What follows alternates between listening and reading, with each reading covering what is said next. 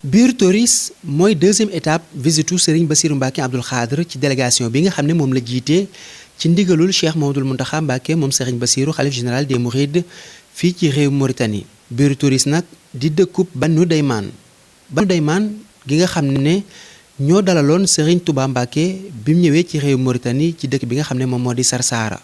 Serigne bi sax mu ngi leen tudd ci xasdaam googu nga xam ne moo di hamdi wa shukri ci bayit bam naan loxo sanaayi warit waani bila saxatin musxaadali min banni daymaana ansaara. ci xeet gi nga xam ne ñooy Banu Daymaan sëriñ bi bëri ci ay taalibe lool waaye it mu nekk ñoo xam ne sëriñ Tuubaa da leen a fonkoon lool. Wali Mahmoudan bokk ci kilifay Banu Daymaan ndax waajuram bokkoon na ci ñi nga xam ne ñoo nekkoon ak sëriñ Tuubaa ci bi mu nekkee ci réew Mauritanie muy Maxtaar ak Mahmoudan di maamam. Wali Mahmoudan moo dalal délégation xalif général des Mourides bi nga xam ne Serigne Bassirou Mbacké Abdoul Khadr moo ko jiite ànd ceeg ay kilifa yu takku. bi mu agsee ci dëkk bi nag dalal nañ ko dalal gu kawe lool lépp loo xam ne mënees na ko terale gan goo xam ne goo fonk la def nañ ko ngir wan délégation xalif bi ne ñëw gi kawe na ci ñoom lool. moom Wali Mahmoudan indi na délégation bi ñu visiter bibliothèque bu mag bi nga xam ne moo nekk ci dëkk bi di bibliothèque boo xam ne baayam moo ko fi taxawaloon. mu am fa sax ci biir bibliothèque bi ak pàcc goo xam ne dañ koo jagleel mbindi Serigne Touba di téere yoo xam ne Serigne Touba moom moo ko bind. mbooleem délégation bi nag amal fa visite bu yaatu lool ci mbooleem loo xam ne ay bind la nekk ci biir bibliothèque bi. ci guddi gi nag ci dëkk bi di biir Toris amal nañu fa waxtaan wu yaatu di ab forum boo xam ne dañoo tànn thème bu am solo muy jéggalante ak dund ci jàmm may ñëpp jàmm ni ko Serigne Touba jàngalee. loolee ñu tànnoon ñaari boroomi xam-xam muy Serigne Mbacké Abdourahmane mi nga xam ne dafa bokk ci délégation xalif général des Mourides bi di boroom xam-xam gu kawe ak docteur Yahya Ould Bara bokk ci Banu Daymaan nekk professeur bu ràññeeku ci àddina bi. nekkoon jotaay waxtaan wu am solo ñu weccente fay xalaat am ay way di ay taalif yu bari yoo xam ne sax jot nañ koo taalif ci jotaay bi jagleel ko ki nga xam ne moom moo di Cheikhul Khadim. bismillahi arrahmani arrahim wa sallallahu ala nabiyyihi alkarim. باسم الولي محمد المحمودا يسرني أن أرحب بكم جميعا في هذه الحلقة الخاصة من حلقات صالون الولي محمد المحمودا التي تقام على شرف السيد محمد البشير الناطق الرسمي باسم الحركة المريدية. هذه الحلقة الخاصة ستكون بعنوان التسامح والتعايش السلمي في فكر الشيخ أحمد بن الخديم، وتتألف فقراتها من محاضرتين، محاضرة يلقيها العلامة الدكتور سلام بكة عبد الرحمن والدكتور يحيى ولد البراء الديماني في محاضرة تالية. قبل أن أحيل الميكروفون إلى الإمام سلام بكة العلامة سلام بكة عبد الرحمن سألقي هذه القصيدة ترحيبا بالشيخ محمد البشير ووفده الميمون المرافق له. وبعد المحاضرتين هنالك قصيدة أخرى ومفاجآت من الترحيب ستكون في حينها إن شاء الله تعالى. هذا المقام يحفه التوقير، هذا المقام يحفه التوقير ويزفه التهليل والتكبير. هذا المقام يحفه التوقير ويزفه التهليل والتكبير. فيه الولي وفيه أبناء الخديم وإن من ينبيك عنه خبير. فيه الولي وفيه أبناء الخديم وإن من ينبيك عنه خبير. فانظر بقلبك كي ترى أنواره فالطرف عنه ارتد وهو حسير. يعي اللسان بوصف ما يبدو له من ذا المقام ويقصر التعبير. قد باشر السر المصون سرائرا فتكافأ المرفوع والمجرور. يعي اللسان بوصف ما يبدو له من ذا المقام ويقصر التعبير. قد باشر السر المصون سرائرا فتكافأ المرفوع والمجرور. يلقاكم ببشاشة وحفاوة من كان بالرأي السديد بصير. ويؤوب آتيكم بخير تجارة عند الولي، وليس تلك تبور. جئنا لصالون الولي نزوركم سيرا، وقد كدنا إليه نطير. لقي الولي على لقائكم لقاءات لدينا ما لهن نظير. فيها بصالون الولي ضيافة وثقافة وسعادة وحبور، كالسمن بالشهد اللذيذ حديثه، وحديثه تأثيره مأثور. طوبى لذا الصالون، طوبى لذا الصالون من طوبى، أتاه الوفد يومي نحوه ويشير. مهما يحل بداره حلت بشائر، بيننا فبشارة وبشير. طوبى لذا الصالون من طوبى، أتاه الوفد يومي نحوه ويشير. مهما يحل بداره حلت بشائر، بيننا فبشارة وبشير. يا أيها الشيخ البشير، يا أيها الشيخ البشير، ومرحبا قد جئت زائرنا وأنت مزور. يا أيها الشيخ البشير، ومرحبا قد جئت زائرنا وأنت مزور. كم ذا سعيت إلى زيارة أرضنا سعيا، وسعيك عندنا مشكور. وكما سعيت إلى زيارة أرضنا سرنا إليك وسيرنا مبرور. يلفى لديك الفضل مسطورا على قسمات وجهك والهدى والنور. فإذا تأمل قارئ لاحت له من ذلك الخير العميم سطور. يلفى لديك الفضل مسطورا على قسمات وجهك والهدى والنور. فإذا تأمل قارئ لاحت له من ذلك الخير العميم سطور. يلقاك من تلقى بكل حفاوة، وأنا له من بعد ذاك ظهير. والسلام عليكم ورحمة الله. بسم الله الرحمن الرحيم. هذه كلمة الصالون. الحمد لله السميع القريب المجيب، والصلاة والسلام على النبي الحبيب وعلى آله وصحبه ومن اهتدى بهديه وسلك نهج قربه. أما بعد، فيطيب لنا باسم الولي الصالح الشيخ محمد بن الشيخ الولي المختار بن محمود، وباسم رواد صالونه الثقافي العامر، أن نرحب بكم فضيلة الشيخ بشير عبد القادر مبكى الناطق الرسمي باسم الحضرة المريدية، وأن نرحب بالوفد الكريم المرافق لكم، ونقول لكم مقالة الشاعر الموريتاني الكبير محمد بن الطلبة.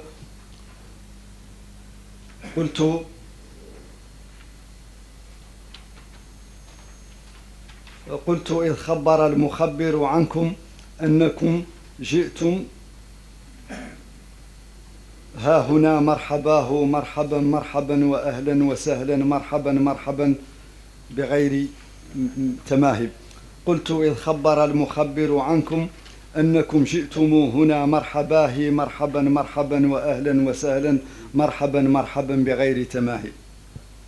نعم، نرحب بكم، وما لنا ألا نرحب بكم هنا في بوريتورس كما رحبنا بكم من قبل هنا وفي نواكشوط وفي أماكن أخرى، لأنكم بزيارتكم لنا تصلون رحما في الله، وما كان لله دام واتصل، وتجددون عهودا لا تندرس تأسست على تقوى من الله ورضوان في مراحل مختلفة من التاريخ المشترك بين الشعبين الموريتاني والسنغالي. إنكم تجددون معنا عهودا تأسست في المحاضر العلمية وفي الحضارات الصوفية، وتشكلت نهرا عظيما من المعارف والفيوضات يسبح فيه الرائح والغادي والعاكف والبادي شيئة وذهابا ما بين ضفتي نهر السنغال. ولقد كان من أهم تلك الجسور التي امتدت بين البلدين جسر كريم ونهر فياض اسمه الشيخ أحمد دوبومبا بن حبيب الله الشيخ الخديم اختصارا. فقد وضع الشيخ الخديم مع آخرين من أهل هذا البلد وآخرين من أعلام السنغال لبنات عظيمة في صرح الأخوة التالدة الخالدة بين الموريتانيين والسنغاليين. لقد عرف الشيخ الخديم هذه البلاد وأهلها، وعرفته هذه البلاد وأهلها، عرفته تندوشة وعرفته المذردة وأكنافها، وعرفته سهوة الماء، وعرفته الصرصارة والشرارية، وعرفته أقاصي موريتانيا وأدانيها كما عرفها. ويوم مكر الفرنسيون وهموا بنفيه وإبعاده سعيا في إطفاء نور الله، مكر الله والله خير الماكرين. وأبى الله إلا أن يتم نوره، فكان القرار الفرنسي بنفي الشيخ الخديم إلى موريتانيا قبل 118 سنة شمسية، قرارا من حيث لا يدرون بتكريم الشيخ الخديم وإعزازه والتقريب بينه وبين إخوته وأحبابه في الله. كان من حيث لا يدرون قرارا بالتمكين للشيخ الخديم لا في الأرض فقط وإنما في القلوب والأفئدة، وتلك غاية التمكين. تذوق الشيخ الخديم في تغريبته الموريتانية لذائذ القرب، وشهد بذلك حين قال مقارنا بين تغريبتين: بايعته في البحر تحت الشجرة والبحر مزبد وحولي الفجرة، بايعته في البر تحت الشجرة والجو طيب وحولي البررة. كانت البيعة الثانية بيعة الرضوان على الأراضي الموريتانية، وهنا في أكناف المزردرة، وحيث أراد له الفرنسيون أن يكون طريدا منفيا فتح الشيخ الخديم سجل شرف دون فيه من مواهب ربه ما دون، وسجل فيه بعض ما أنعم الله عليه به في هذه البلاد، فقال من ضمن ما قال: له ثنائي ورضواني بلا له ثنائي ورضواني بلا سخط، مذ قاد لي من بني ديمان أنصارا. وكان الشيخ الخديم قال في سره ذات يوم: من أنصاري إلى الله؟ فوجد له أنصارا هنا وهناك وهنالك حيثما حل وارتحل. لقد أحبته مواطن أخرى من هذه الأرض وأحبها، فقال عنها في بعض ما قال: حمدي وشكري لمن كل به صار، له رضا دون سخط عند صرصار. وقال: أتاني السؤل من ربي بتكراري، لا سيما عند بئر الخير جراري. وكانت عاقبة تغريبة الشيخ الخديم في موريتانيا تكريما للموريتانيين بالشيخ الخديم وتكريما للشيخ الخديم بأهل موريتانيا. كانت عاقبتها مزيدا من القرب والتمكين للشيخ الخديم، مضاعفة في القوة الروحية التي لا سلطان للجيوش عليها، وإشعاعا بالكلمة الطيبة المربية المرقية التي خاض بها الشيخ الخديم جهاده وتحدى بها خصومه وأعداءه قائلا: ومقالكم إني أجاهد صادق، إني لوجه الله جل أجاهد، إني أجاهد بالعلوم وبالتقى عبدا خديما والمهيمن شاهد. والجهاد بالعلم والتقوى باب عظيم من أبواب الجهاد الذي لا شوكة فيه، باب كسر به الشيخ الخديم كبرياء القوى الاستعمارية فأرغمها على الإذعان له، فلم تستطع مقاومة سلطانه القلوب، ولم تجد سبيلا لوقف قطار الدعوة إلى الله الذي كان يقوده، فوقفت راغمة تتفرج عليه، وترى الناس يتوافدون عليه زرافات ووحدانا من السنغال وموريتانيا ومن غيرهما، ينهلون ويعلون من فيوضاته الحسية والمعنوية، ويفيئون معه إلى دوحة ظليلة من حب الحبيب صلى الله عليه وسلم، وعلى أساس من العبودية المحضة لله جل جلاله، ومن الدلالة عليه، ومن التغني بشمائل نبيه ومصطفاه من عباده، أسس الشيخ الخديم ذلك المنهج السلمي الذي غالب به الطغاة العتاة فغلبهم ورحلوا، وبقي الشيخ الخديم علما نافعا مبثوثا في قلوب الرجال، ومحبة صافية تتوارثها الأجيال. سماحة الشيخ البشير، ضيوفنا الكرام، لقد تغنى كثير من الشعراء الموريتانيين بمآثر الشيخ الخديم ومآثر خلفائه، وكان من هؤلاء محمد بن حميد الذي قال ذات زيارة لطوبى: أمنت من الخطوب أتيت طوبى، ويأمن من ألم بها الخطوبى، فطوبى للذي دفنوه فيها، وللشيخ الخليفة منه طوبى، فلا غدرا أخاف ولا أذاة من الدهر الخؤون ولا قطوبا. وعلى خطى ذلك الشاعر الكبير نستطيع اليوم أن نقول بتصرف يسير: أمنت من الخطوب أتتك طوبى، ويأمن من تلم به الخطوبة. نعم لقد أتتنا طوبى بإتيانكم ورمتنا بأفلاذ كبدها، فمرحبا بكم ومرحبا بطوبى من خلالكم، طبتم وطاب ممشاكم وتبوأتم من الجنة منزلا، والسلام عليكم ورحمة الله تعالى وبركاته. وأعطي الآن الميكروفون للإمام الدكتور سرمبكة عبد الرحمن، فليتفضل. بسم الله الرحمن الرحيم. الحمد لله رب العالمين، القائل في محكم تنزيله: يا أيها الناس إنا خلقناكم من ذكر وأنثى وجعلناكم شعوبا وقبائل لتعارفوا، والصلاة والسلام على أشرف المرسلين سيدنا محمد الأمين المروي عنه قوله ما زاد الله رجلا بعفو إلا عزا وعلى آله وصحبه أجمعين ومن تبعهم بإيمان وإسلام وإحسان إلى يوم الدين. ورضي الله تعالى عن العبد الخديم القائل وهو ينصح المريدين كونوا محبين الخيور لجميع خلق إلهنا المقدم البديع. وبعد فيسرني أيها الإخوة الأفاضل والعلماء الكرام أن أشارك في هذه الندوة العلمية الفكرية المباركة في صالون الولي محمد بن محمودا تحت عنوان التسامح والتعايش السلمي في الفكر الخديمي، والمنظمة على شرف الوفد الطوبوي برئاسة الشيخ محمد البشير مكي ابن الشيخ عبد القادر مكي ابن الشيخ أحمد بامبا الناطق الرسمي للطريقة المريدية.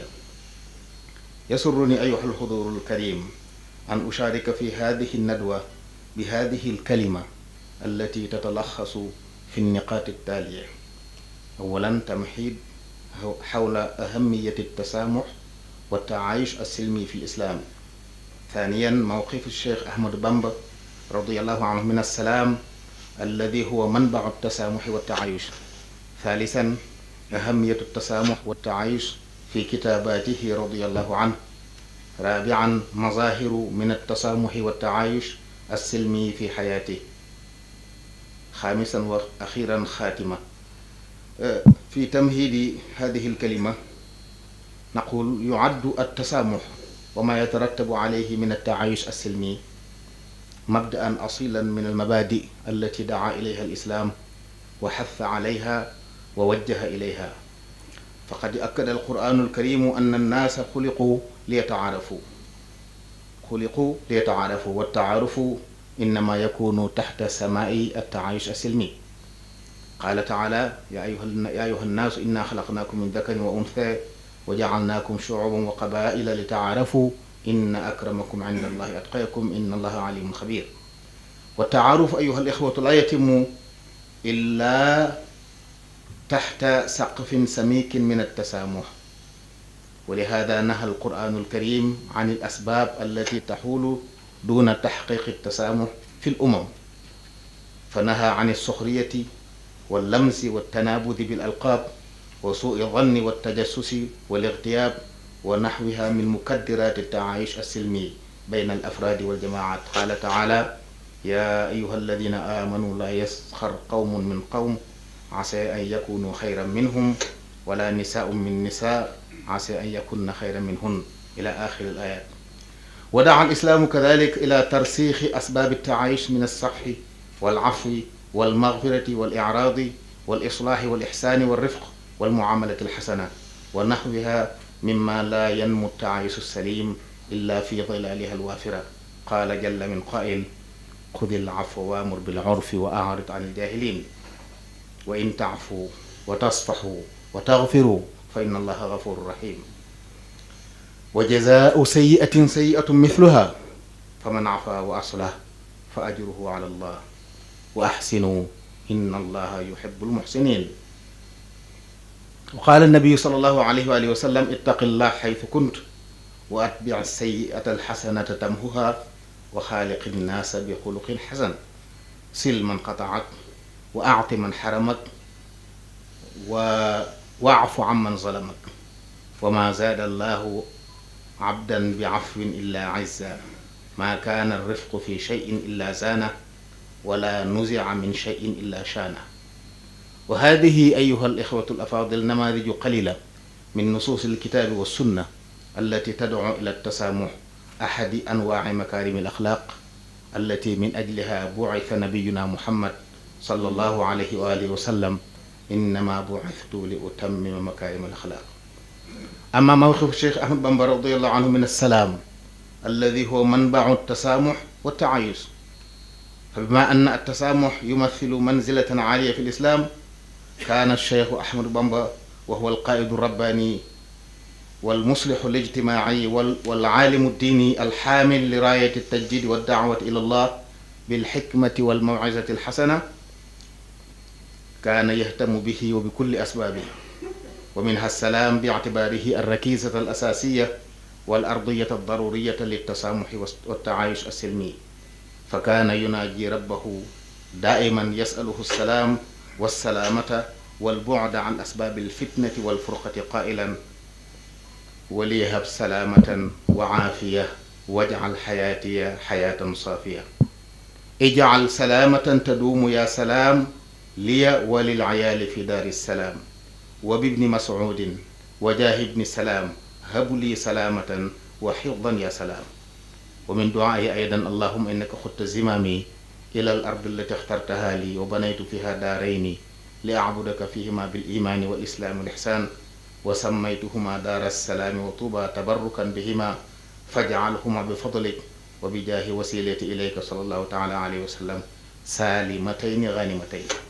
ومنها قوله: قن الملامة وزد سلاما واشكر قلاما، أصلحت حالي بلا ارتحالي بهدي عيالي بلا بكائي، واجعل قلوبنا على التوادد بلا تنازع ولا تحاسد ولا تخاصم ولا تدابر ولا تباغض ولا تنافر.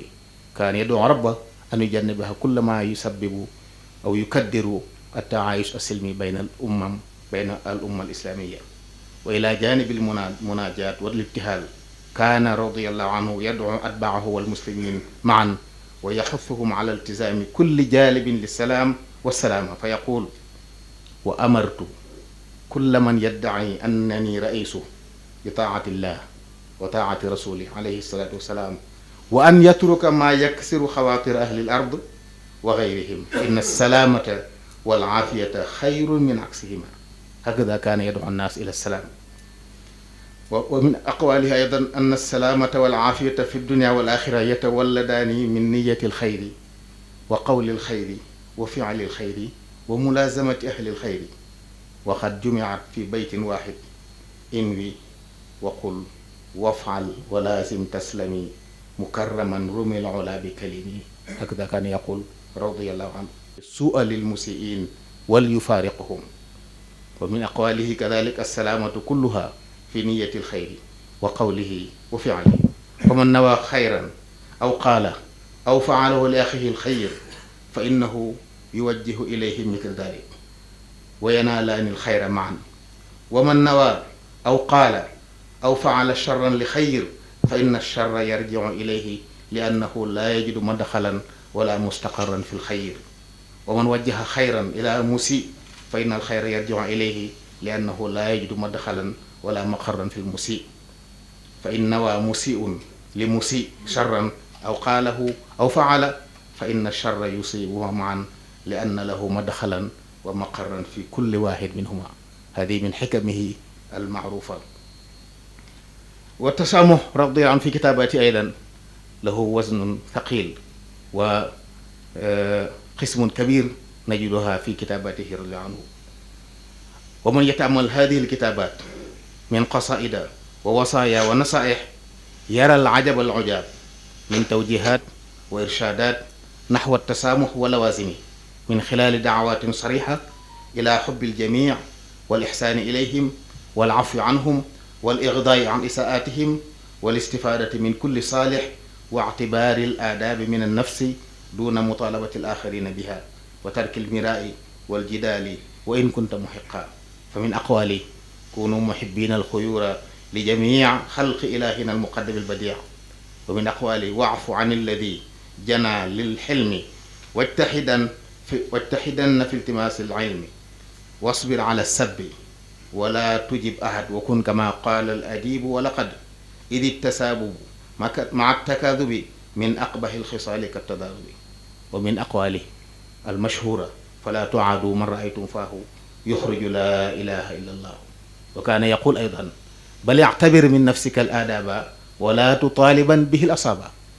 حاول أن تكون مراعي للحقوق ولا تطالب الآخرين بمراعاة ما يجب عليهم. وكان يقول: فإن توجه إليكم من يريد المراء والجدال فإن كنتم على الحق فلا تجيبوه، وإن لم تكونوا على الحق فتوبوا إلى عالم الغيب والشهادة يتوب عليكم ويستر عوراتكم وافعلوا الخير لعلكم تفلحون. وقد بين للناس الطرق التي تتسرب منها سمم العداوة والفتن وكيف يتم صدها؟ فقال إن حرقتك لهب المراء فاشفي بماء الصمت والإرضاء، إن لدغتك عقرب الخصام فرقها بالعفو والسلام، إن ساورتك حية العداوة فرقها بالنصح والسخاوة. هكذا كان يقول رضي الله تعالى عنه. أما مظاهر التسامح في حياته فلا يكاد يحصى أو يستقصى.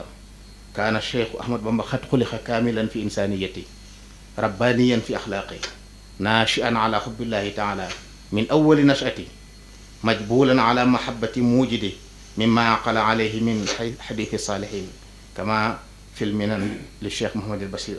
وكان متحليا على أكمل وجه بمكارم الأخلاق، مكارم أخلاق لا تتم السيادة إلا بها ولا تقوم الولاية إلا عليها، ومنها الحب والتسامح اللذان كانا شعارا له في كل علاقاته مع الناس منذ نشأته، وعليهما عاش معهم بعد إعلان دعوته إصلاحية المباركة في مكة كجور وفي مكة بول ودار السلام وطوبى، وهو في كل هذه المراحل يعيش مع مريديه وشعاره التسامح مع الآخرين.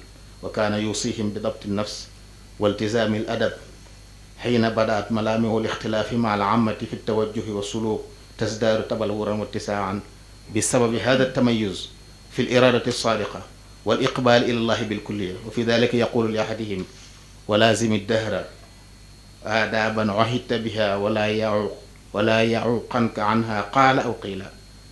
هذا ونكتفي هنا بذكر بعض مواقف منه رضي الله عنه تجسد فيها التسامح في أعلى صوره وأسمى معاني. ومن ذلك موقفه من أئمة الدين على اختلاف مذاهبهم ومشاربهم، فهو يحترم الجميع ويحب الجميع وينتفع بالجميع ويدعو إلى ذلك الجميع قائلا: فالعلماء موحدون حماة للشريعة المطهرة، والأقطاب مخلصون مقربون ذابون عن الحقيقة المنورة المقدسة، فاحترام الجميع لوجه الله تعالى متعين، والتحابب بين العلماء رحمة الله عليهم حياة الشريعة المحمدية، واختلافهم في المسائل تعلم وتعليم لا عداوة ولا تحاسد.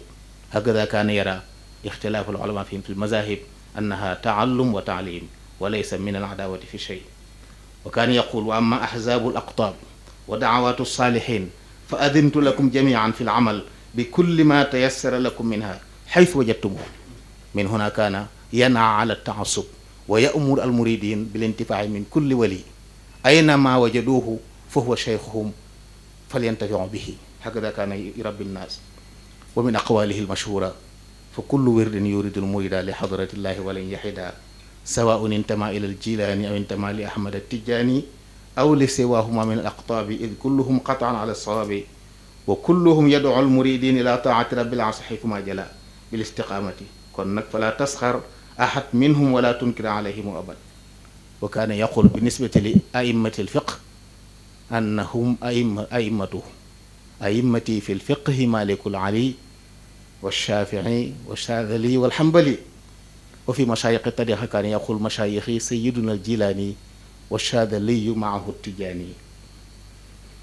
ومن المواقف أيضا ما تبناه من الجهاد العلمي الروحي في مواجهة العدو. وفي ذلك يقول: يا جملة قد ثلثوا بضلالهم من لم يكن ولد له أو والد، وظننتم أن المدافع عندنا والكل منكم ذو قلا ويحاسد، ومقالكم حق فإني عبده وخديم عبده وهو الحامد، إني أجاهد بالعلوم وبالتقى عبدا خديما والمهيمن شاهد. ومن المظاهر أيضا ما فعله بأسلحة من تابوا على يديه من الاستقراطيين. كان عدد كبير من الملوك السابقين أسلموا على يديه وتركوا الملك وأهله، ولكن لما جاءوا بأسلحتهم من الخشب والحديد قد صنع بها ألواحا لتعليم القرآن الكريم وآلات لحرث الأرض وفلاحتها. أخذ الأدوات الحديدية وصنع بها محاريث للفلاحة، وأخذ الخشب وصنع بها ألواحا لتعلم القرآن الكريم. هكذا كان يرى الأمور. ومن المواقف أيضا التسمية التي أطلقها على أول رباط له بعد أن ضاقت به وبدعوته المبارك الأماكن التي سكنها سابقا وهي دار السلام. لما بنى دار السلام وكان الناس يتهمونه بكل شيء، باسم هذا الرباط أكد للناس أنه داعية السلام. دار السلام، السلام اسم من أسماء الله تعالى، السلام هي السلامة، السلام هي العافية. بهذا الاسم المبارك تحمل العديد من الدلالات، ومنها أنها إشارة واضحة إلى سلمية دعوته وربانية توجهه وسنية نزوعه. هذا دار للسلام، لله السلام، فليس ملكا لأحد، فلكل أن يسكن هذه الدار لأنه دار السلام. هكذا كان يرى الأمر، هكذا كان يرى الأمور. فهو داعية السلام لا غير، ودعوته رسالة محبة لا تحمل إلا الخير الجميع، فلا داعي للخوف منها تحت أي داعي. بمجرد أن يسمي رباطه الأول باسم دار السلام كان عرف الناس أن هذا الرجل رجل سلام، رجل خير، رجل عدل، وليس إلا. ومن المظاهر أيضا ما قام به من العفو العام والخاص، وحتى الدعاء لأعدائه بعد أن عانى منهم ما عانى من ألم التغريب الذي يندى لذكره جبين التاريخ ويقشعر الجلد لفظاعته، فقابل ذلك كله بالصبر الجميل والعفو الكريم، فقال: ليعلم كل من وقف على هذا الرسم أن كاتب هذه الورقة عفى عن كل من ظلمه، وأنه لا يدع على ظالم، وأنه يستغفر لكل من تعلق به، يستغفر لكل مؤمن تعلق به، وأنه يحب لكل مؤمن لم يتعلق به ما يحبه لمن تعلقوا به. هكذا كان يقول: عفوت عن الأعداء طرا لما عاد من جابو بعد حوالي 8 سنوات من التنكيل، من التغريب، من التعذيب، من كل أنواع التأليم. هكذا قابل هذه العداوة الشديدة. عفوت عن الأعداء طرا لوجه من نفاهم لغيري سرمدا لست أدفعه. ومن أقواله: وكل من شتمني أو لاما فهب له التوبة والاستسلام. ولا يرد الظلم ولا يشتم من يشتمه، ولكن يدعو له بالعودة. فكل من أساء ظنه بي فليقلب قلبه يا ربي. هكذا كان يقول. ومن مظاهر هذا أيضا ما قام به هنا هجم على منزله في دار المنان في الغيبة الثانية إلى موريتانيا. قبل الغيبة هاجم العدو منزله واتهموه بأنه يخفي فيها أسلحة ويستعد للجهاد. هجم المنزل في دار المنان بحثا عن أسلحة اتهم بحيازتها فيه. وحين كان العدو يضرب جدران المنزل بالسيوف ويفتش البيت في وقاحة نادرة، كان الشيخ أحمد بامبا يكتب قصيدة مقيدة بحروف رحمن رحيم، وفيها يدعو مولاه بهدوء تام أن يرحم الناس جميعا، فيقول: رحمن هب لجميع الخلق رحمة من يغني عن الشر من قرآنه قرأ. رجل مظلوم يضرب بالسيوف جدار منزله ويتهم بكل شيء، ويدعو الله أن يعفو عن هؤلاء الناس، أن يرحمهم. هذا غاية السلام والكرم. ومن أدعيته: حط أمة المصطفى عن كل مفسدة ولترحم الخلق يا من جدهم بدأ، يا مالك الملك يا من جل عن قود، ارحم جميع الورى يا هادي ردى. في هذا الظرف العصيب نظم هذه القصيدة في هدوء، والمريدون يكادون يتميزون غيظا لشدة الألم، ولكنه في هدوء تام يدعو ربه أن يرحم جميع الناس. هذا هو الشيخ الخديم أيها الأخوة. ومن المظاهر ما قابل به إساءة ذلك الرجل الذي حاول اغتياله داخل خيمته في هذه المنطقة أرض الصالحين أثناء إقامته هنا في جنار أرض الصالحين، بعد أن كان قادرا على الانتقام منه لأن جزاء سيئة سيئة مثلها، ولكنه عفا وأصلح. ومن عفا وأصلح فأجره على الله. وكان من نتيجة هذه المواقف الكريمة التي لا تتم إلا عن السيادة الحقيقية أن تحول أغلب أعدائه إلى مريدين صادقين، ومنهم ذلك القائد الذي كان على رأس من هاجموا عليه في منزله بدار المنان، صار من مخلصي أتباعه فيما بعد بسبب هذه المقابلة الحسنة، أو محبين مخلصين له. وبذلك يقول صلاحي بإصلاح وعفو بلا ظلم دعا من قلوني للتبرع وسلم، وهو مصداق قولي بيت أبي الفتح البصري رحمه الله: أحسن إلى الناس تستعبد قلوبهم فطالما استعبد الإنسان إحسانه. وفي خاتمة هذه الكلمة أيها الأخوة، رأينا خلال هذه السطور أن الشيخ أحمد بامبا قد اتخذ من التسامح مطية حقق عليها في دعوته المباركة الكثير من النتائج الإيجابية، ومنها تحول العديد من أعدائه اللدودين السابقين إلى أتباع له أو أحباء، ومنها كثرة أتباع الشيخ ومحبيه في الأماكن التي أقام فيها أو مر بها داخل البلاد وخارجها، ومنها تمكن المريدين من نشر دعوته المباركة في الخارج. ومن مظاهر ذلك وجود الكتاتيب والمدارس والمساجد والمكتبات التي أقامها أتباع الشيخ الخديم في أفريقيا وأوروبا وأمريكا برئاسة ولده البار الشيخ محمد المرتضى رضي الله عنه، مع الأيام الثقافية التي تنظم فيها سنويا. ومنها كثرة من يعتنق الإسلام من أولاد هذه البلاد على أيدي المريدين في وقت كانت الدعوة الإسلامية تعاني فيها الكثير من المشكلات والعقبات.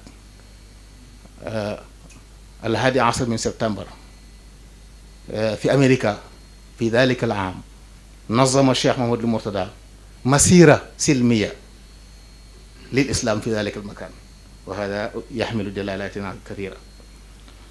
ومن النتائج أيضا تحول مدينة طوبى معقل المريدية وعاصمتها الروحية إلى مركز روحي ثقافي يضم سنويا بمناسبة المقل ملايين من المسلمين على اختلاف أجناسهم ومذاهبهم ومشاربهم تحت سقف من التعايش السلمي الذي تسوده الوحدة والإخاء والوئام. هناك تجد المسلم السني إلى جانب الشيعي، والصوفي إلى جانب السلفي، والسياسي الحاكم والمعارض، يجلس الجميع تحت تاويلة الوئام والوحدة.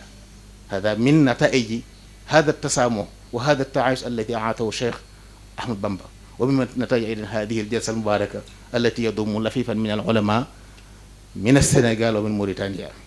فرضي الله تعالى عنه إماما مجددا وخطبا ربانيا تحقق فيه قول حبيبه المصافي الشيخ سيدي بابا حين قال: الشيخ أحمد نعمة أولاها هذه الخلائق كلها مولاها.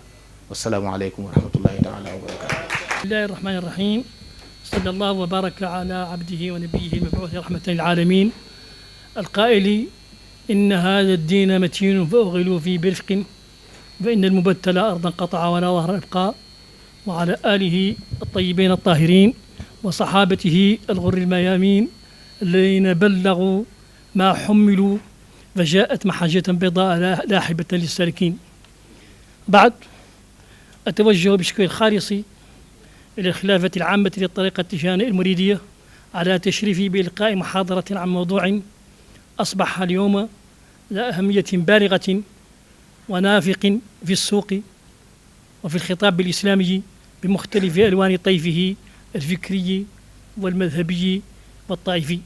وإن كنت أشتم في المصطلح الوارد في عنوان رائحة فيها نوع من الضبابية على المستوى المعرفي بل على المستوى الديني، ولكن يدفع ذلك كله ما يضمخه من ذكر خادم الرسول صلى الله عليه وسلم الشيخ العالم المتبع العارف بالله الشيخ أحمد بن حبيب الله رضي الله عنه. أرحب كامل الترحيب وحاره بالوفد الطوباوي برئاسة الشيخ محمد البشير بن الشيخ عبد القادر بن الشيخ أحمد دبنبة، والناطق الرسمي باسم الخلافة المريدية وعضوية السادة الأجلاء المصاحبين له. هذا الوفد الذي يجمعنا وإياه الآن منزل أحد أعلام هذه البلاد، وهو الولي محمد بن محمود الذي أصبح صالونه منارة للعلم والهدى والفكر، تشع تلك المنارة في البلاد وعيا وتضيء حياة الناس معرفة وترشيدا. وقد أعاد والحمد لله تلك العلاقة بين الشيخ أحمد دبنبة والموريتانيين والتي ربطت والده الولي المختار محمودا بالشيخ أحمد دبنبة أرسخ مما كانت. ومن المعروف أن هنالك مجموعة من الموريتانيين من أكابر وفطاحلة علمائها وصلحائها قصدوا هذا الشيخ الولي ودانوا له واتبعوه ومدحوه وأخذوا عنه وتربوا عليه. ولا شك أن والد الولي محمد محمودا وأخاه والد يحيى الذي هو بجانبي والذي قضى مع الشيخ أحمد دبنبة 17 سنة وورث عنه معارف كثيرة. هؤلاء يمثلون نموذجا هؤلاء الرجال الذين أفادوا واستفادوا من الشيخ أحمد دبنبة ووصلوا بين ضفتي النهر في ذلك التاريخ. قبل أن نتكلم عن مفهوم التسامح وأهمية التعايش السلمي بين الأمم والشعوب، لا بد من تعريج يسيرا على بعض ملامح شخصية الشيخ أحمد دبنبة التي لا بد من أن تذكر ونحن نتكلم عن التسامح لما قد تؤسس له من استيعاب لهذا المفهوم. فالشيخ أحمد دبنبة يعتبر من انفرادات الدهر علما وعملا وتأثيرا وإشعاعا، فقد رمى في كل فن وأصاب وترك مؤلفات انتفع بها جمهور عريض من أبناء الأمة، سواء منها ما كان من علوم الشريعة ومن علوم الحقيقة، وإن كانت علوم الأولياء علوم القوم ليست من طريق الفكر والرسم، وإنما هي من الفيض الإلهي. كما ربى أجيالا وأجيالا على مسلك التصوف معاملة ومكاشفة لصقل ما ران على الأمة من صداء القلوب ونفض ما ترسب من وجبات قسوتها بسبب طول الأمد ونسيان ما حملت وتحملت. لم يكن الشيخ أحمد دبنبة من العلماء الموصوفين بالجمود، كما لم يكن أيضا من أولئك المنعوتين بالذوبان، ولذا يمكن أن نحكم دون كبير عناء أن فهمه لطبيعة علاقة بين المسلمين أنفسهم وبين المسلمين والآخرين مخالفين في الدين ستكون هي الأقوى دليلا من ناحية الشرعية. ولذا إذا اعتبرنا أن الرحمة واللين واللطف من مؤاخيات التسامح في مفهومه اللغوي وفي بعض سماته الدلالية، فإننا يمكن أن نجد أمثلة كثيرة من ذلك في قول وفعل وتوجيه الشيخ أحمد دبنبة، سواء في الوعظ بالحسنى، بالإرشاد، بالكلمة الطيبة، بالدعوة، بالنموذج، بالأريحية والتيسير على العباد. ولا شك أن المحاضرة التي قدمها الأستاذ أبدت لنا بشكل واضح مجمل هذه السمات التي ترشح بما نسميه بالخير وحب الخير للناس، والتي يمكن أن نقول إنها تمثل نوعا من التسامح. يبدو أن مسلك السلمية في التعامل مع الآخر ولو من المخالفين في الدين المحاربين، ومسلك العفو عن الظالمين والبغاة، يبدوان من خلال الصبر والتقسيم من أهم إسقاطات التسامح بمفهومه اللغوي إذا اعتبرناهم في واجهته الشرعية.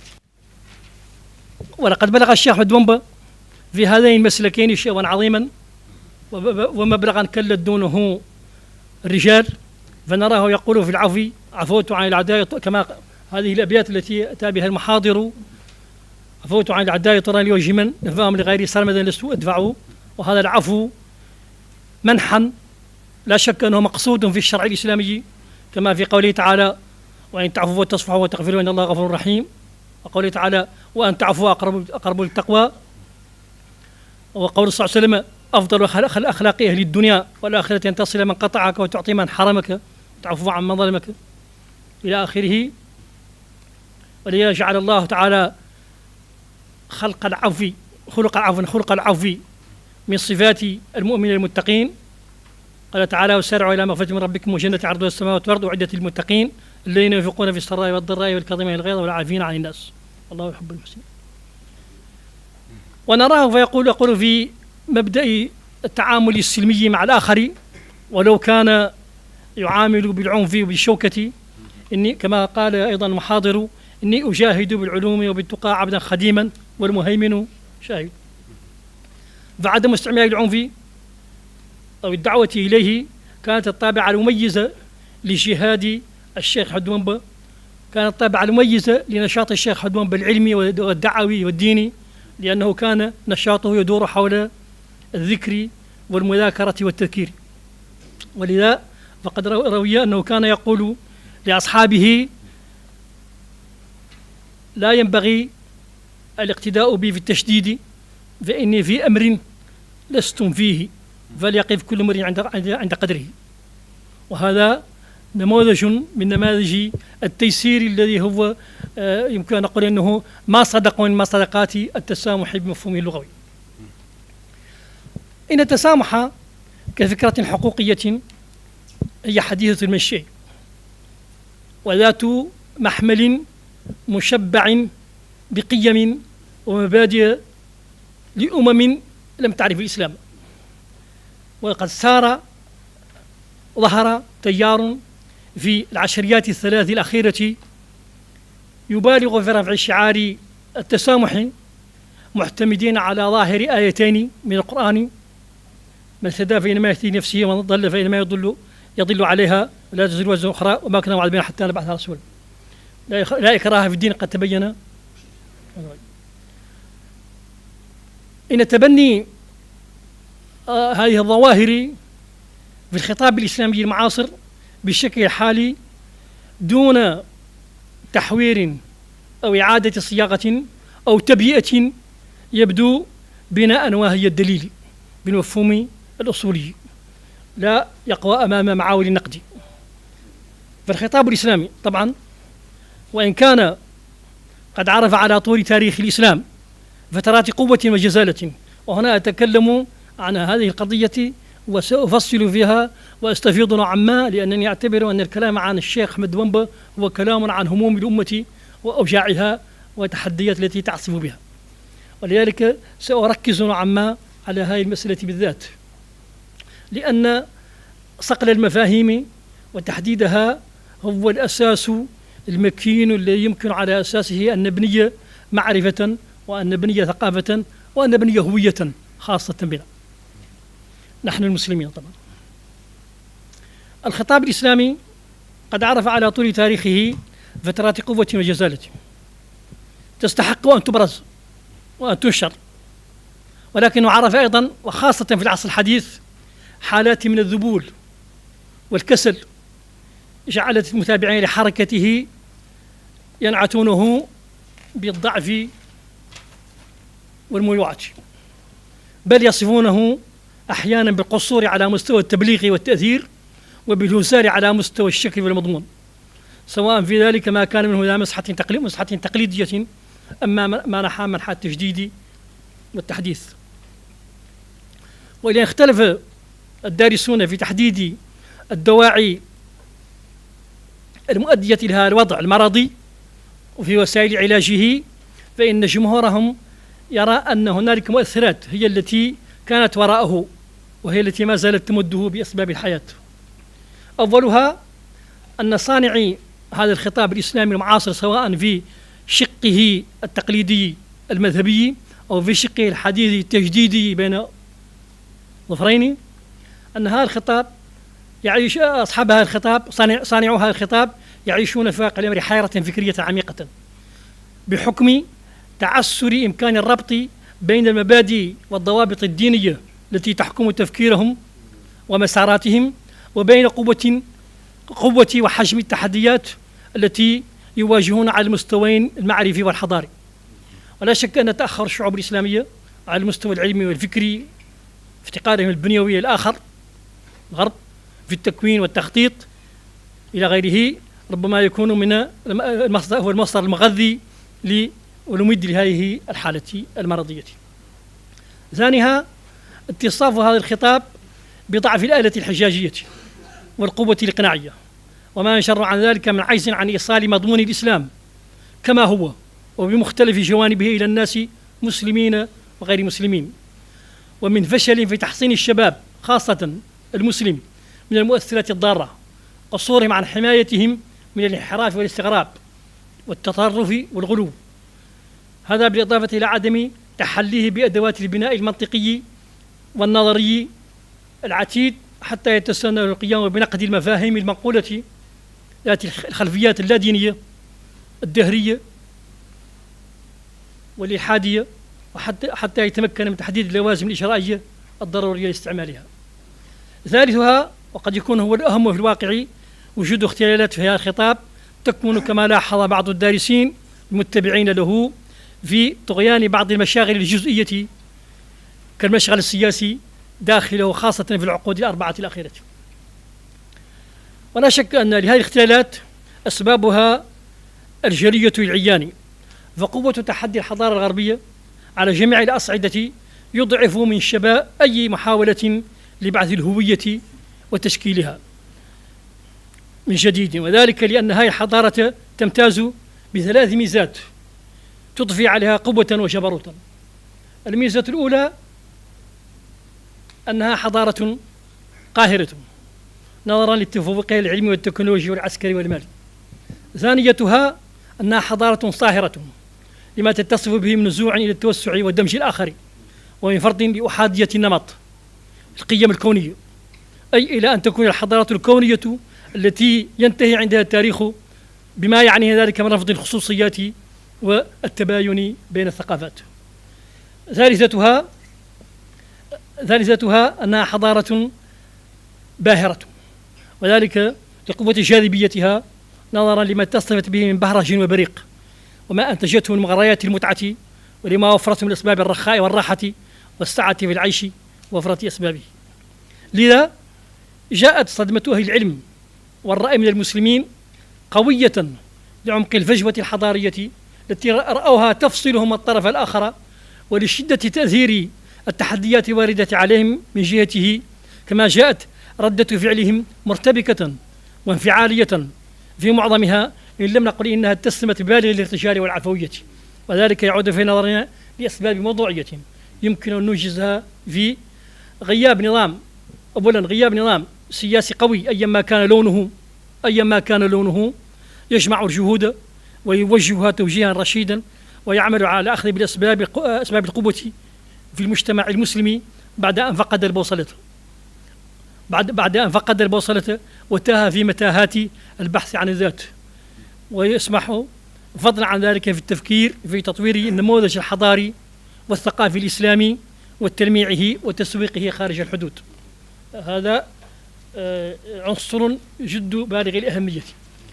ثانيا الاتصاف بالوهن، أي بقابلية السقوط الحضاري، وهو الوهن الوارد في الحديث والذي سماه المفكر الإسلامي مالك بن نبي القابلية للاستعمار، التي تؤدي حتما إلى الاستسلام والخضوع والرضا بالاستبداد والاستعباد والتأهل للتخلف الفكري.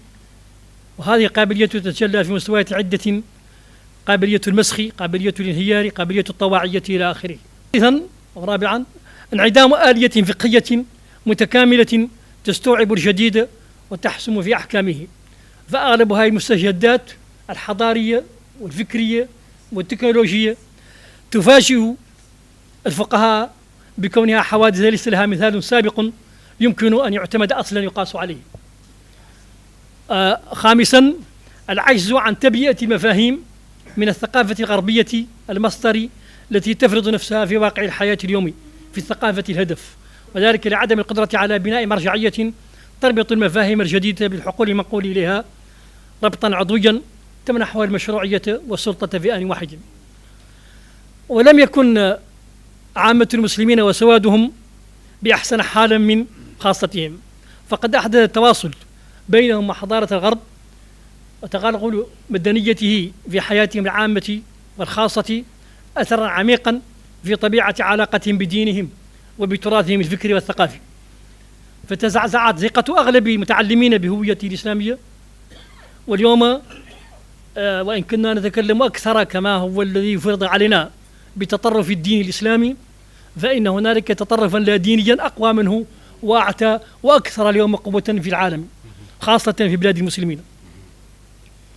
إذن قناعة أغلب المتعلمين بكون هذه الحضارة أولها بروز هذه الحضارة في إطار دنيوي بحت، مما سهل استقبالها وأبعد شبح التبشير الديني عنها، أنها تبرز نفسها في إطار دنيوي. ثانيها قناعة أغلب المتعلمين بكونية هذه الحضارة وبأنها في صورتها الدنيوية بعد أن عتقت من رفقة الكنيسة أصبحت العتبة القصوى لنضج حضارة الإنسان وعقله، فليس في المنظور القريب أن يصيبها تدهور ولا أن يعتورها فساد، بل من المفترض أن تقود البشرية إلى طريق الوحدة الاجتماعية والثقافية. أمام هذه النوازل الجديدة والمطروحة والملحة الوافدة من الغرب، يمكن حصر مواقع الخطاب الشرعي إذا استعملنا أداة القياس التمثيلي المتبعة عند الأصوليين وأخذنا بمسلك السبر والتقسيم في 4 حالات. حالة أولى أن يكون هذا الجديد الوافد كله نافعا. حالة الثانية أن يكون هذا الوافد الجديد كله ضارا. حالة الثالثة أن يكون بعضه نافعا وبعضه ضارا، سواء تساوى القسيمان أو طغى أحدهما على الآخر. حالة الرابعة أن لا يكون فيه ضر ولا نفع. رغم معقولية هذا التقسيم وصدقه في الوجود الذهني، إلا أن اعتماده في العيان يبدو غير بديهيا، فالأشياء في أغلبها تحمل في ذواتها إمكانات الاستخدام الضار والنافع والمفيد والفضولي، وبالتالي يتغير حكم استعمالها تبعا لذلك لا يخلو شيء من مصالح وآفات، وقليل من الأمور كما يقول الأصوليون ما يكون حقيقيا يذم من كل وجه أو يمدح، بل أكثرها إضافي اعتباري يختلف باختلاف الأشخاص والمقاصد والأزمنة والأمكنة والأصول. فوصف الشيء بكونه نافعا أو ضارا مطلقا لا يبدو دقيقا ولا صائبا في واقع الأمر، ما دامت الأشياء تتغير من المنافع إلى المضار ومن المضار إلى المنافع بحسب طبيعة النظرة إليها، وما دامت الأعيان حتى الأعيان تنقلب هي الأخرى من النجس إلى الطاهر ومن الطاهر إلى النجس، وقد يكون ذلك تأثيره البادي والقوي في الأحكام. قال تعالى: يسألونك عن الخمر والميسر قل فيهما إثم كبير ومنافع الناس وإثمهما منافع تكون أهم وأقوى من المضار في بعض الحالات والظروف كما يكون العكس. ولا شك أن قضية المصطلحات التي من بينها هذا المصطلح الذي تحدثنا عنه الليلة والذي يمكن أن نفصل فيه، فإذا أخذنا بمفهومه اللغوي يمكن أن نسقط عليه محمولات دلالية متعددة كالرحمة والرأفة والشفقة إلى غيره من المحمولات الإسلامية، ولكن إذا أخذناه كما يتداول اليوم في الأروقة العلمية وفي الأروقة السياسية فإنه يحمل قوة خلفية لا دينية قوية تفتح على قبول أشياء لا يبدو لي أن الإسلام يمكن أن يستسيغها ببساطة، وإن أراد اليوم بعض الفقهاء أن يجرعه تلك الأشياء. قضية الردة لا شك أنها تطرح اليوم بشكل قوي، وهنالك تيار جارف يريد أن يجعلها ردة عسكرية وليست ردة عقدية، وأن الذي يقتل هو ليس من غير دينه وسكت، بل من غير دينه ودعا إليه وحاول أن يبرزه. قبيلة كثيرة يفرضها التسامح بمفهومه الذي الرائج اليوم.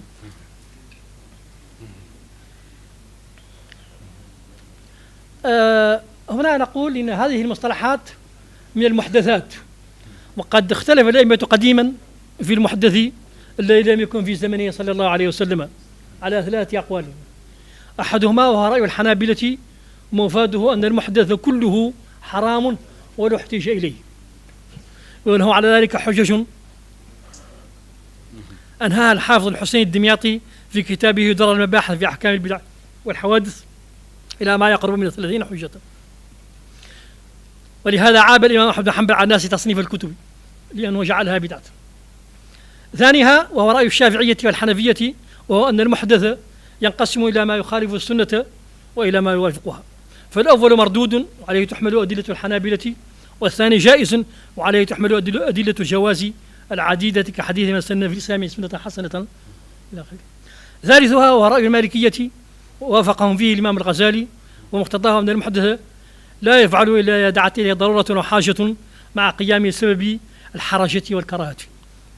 ولذلك أجاز الإمام نقط ألواح الصبيان ومنعه في المصاحف للكمال.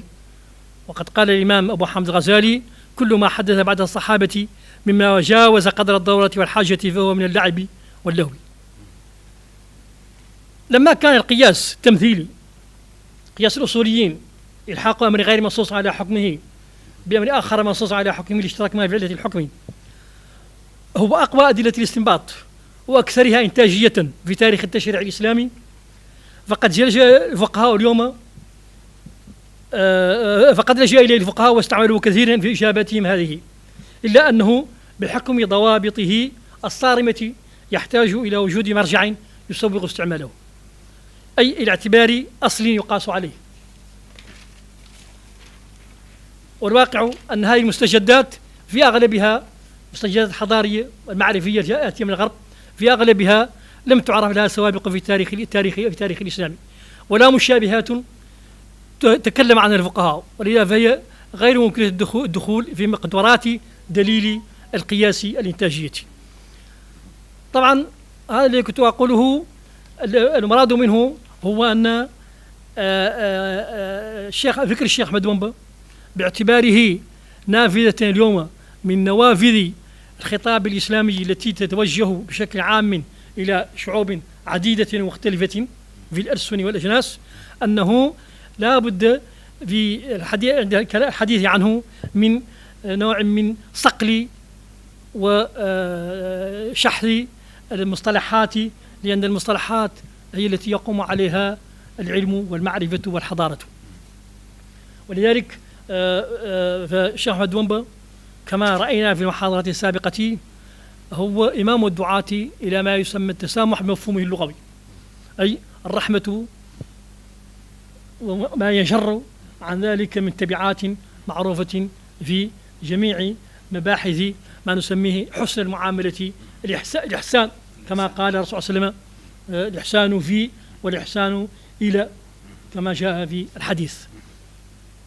إذن هذه جملة ملاحظات حول الخطاب الإسلامي في واقعه الحالي دعاها الحديث عن التسامح تبدي أن المسلمين اليوم بحاجة إلى خطاب معتصم بالدليل المعتبر وحيا ولغة وأثرا واستنباطا، ملاحظ لموارد الخطاب طبقا لوظائف الرسالة النبوية تبليغا وسياسة وقضاء، ناظرا في العواقب والمآلات والمقاصد، مبررا للبعد الروحي والقيمي، ذي توجه إنساني محق ومتسامح آبهم بوحدة الأصل والخلق والمكانة متفردة الإنسان، منسجم مع روحه العصر، منفتحا على الثقافات الإنسانية، يزيل توجس الآخر من الإسلام دون أن يصوغ رؤيته للعالم ومشروعه الحضاري في شكل ردة فعل ضده.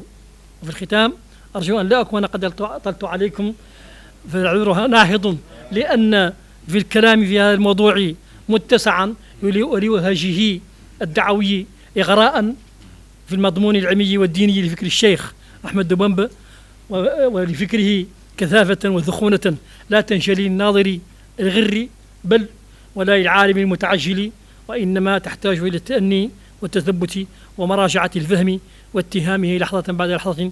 والسلام عليكم ورحمة الله وبركاته. بسم الله الرحمن الرحيم، والصلاة والسلام على سيد الأنبياء والمرسلين. أنا بدوري أرحب بهذا الوفد الطيب القادم من المكان الطيب طوبى إلى هذا البلد الطيب حيث أهل الطيبون. وكان لي أن أسقطني الحسن في فخي أن أكون خاتمة لما قيل من محاضرات من علامتينا ومن شاعرنا أيضا الحسن، لكن لا بد مما ليس منه بد، لذلك سألقي هذه القصيدة. يقول: إلى الولي يشد القلب رحل هوى، مبارك الطيف لا يعتامه الملل. سرنا إليه ونور الطيف يسحرنا، حتى أنخنا فهذا الفضل والأمل.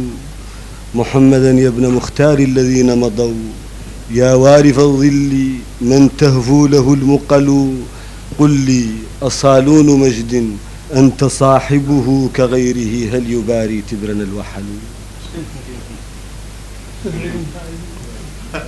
قل لي أصالون مجد أنت صاحبه كغيره، هل يباري تبرنا الوحل. بدر الكرامات يا من يستدر به خير عميم، ومن تسمو به القلل. الفكرة البكر هذه أنت بادرها، وأينعت وانتشى من زهوها الطفل. بدر الكرامات يا من يستدر به خير عميم، ومن تسمو به القلل. الفكرة البكر هذه أنت بادرها، وأينعت وانتشى من زهوها الطفل. واليوم جئنا ويحدونا على ثقة أن الحوائج تقضى حين تبتهل. واليوم جئنا ويحدونا على ثقة أن الحوائج تقضى حين تبتهل. نزور عندك مختار الذين مضوا، وأنت يا خلفا تعلو به المذل. جاء البشير إلى حيث البشير بنى، منار مجد وعز ليس يرتحل. جاء البشير إلى حيث البشير بنى، منار مجد وعز ليس يرتحل. جاء البشير فيا أهلا بمن قدموا، من جاء يصحبه فالضيف والأهل. في الوفد قد جمعا نحن الضيوف هنا، فمرحبا إذ حللنا عندما نزلوا. جاء البشير إلى حيث البشير بنى، منار مجد وعز ليس يرتحل. جاء البشير فيا أهلا بمن قدموا، من جاء يصحبه فالضيف والأهل. في الوفد قد جمعا نحن الضيوف هنا، فمرحبا إذ حللنا عندما نزلوا. هذه محبتكم في القلب قد رسمت معالما ليس يطوى دونها الأجل. عند الولي وصالون الولي ترى فضلا وعلما وجودا ليس ينجدل. فليحفظ الله هذا المجد أجمعه بجاه أحمد من صلت به الرسل صلى الله عليه وسلم. ظاهر لي عن الوفد الجاء للولي والمرحبا به هو وفد الدرجة والشيخ البشير راعي. مرحبا هون في موريتانيا للشيخ القطب الزمان أحمد دبنبي العيان. الشيخ الولي ما كان فيه شفر معبر من الإحسان، واللي خالق بعد يواسيه. للشيخ البشير اللي بان بمعالي الأمور، عليه نهج الشيخ الخديم الكان، وكرد ذاك النهج جازي. ظاهر لي عن الوفد الجاء للولي والمرحبا به هو وفد الدرجة والشيخ البشير راعي. وفي ذا الشنو الأخبار صلحت، شت لالي قاعد تليت محمد ولي المختار الولي ولي الولي جيد. بعد اني وخيرت ومرحبت، بعد اني والله انا زقلت، بعد اني قاعد نعود نشت ما نعرفش نقول اهري بيت. وقفت تكيت مشيت قعدت شنواسي مغلي اللي ريت، عرقبت نعود نحرت ذبحت، بعد اني قاعد وسيت، وانا اللي وسيت وقصبت كامل عليه لا طبيت. والسلام عليكم.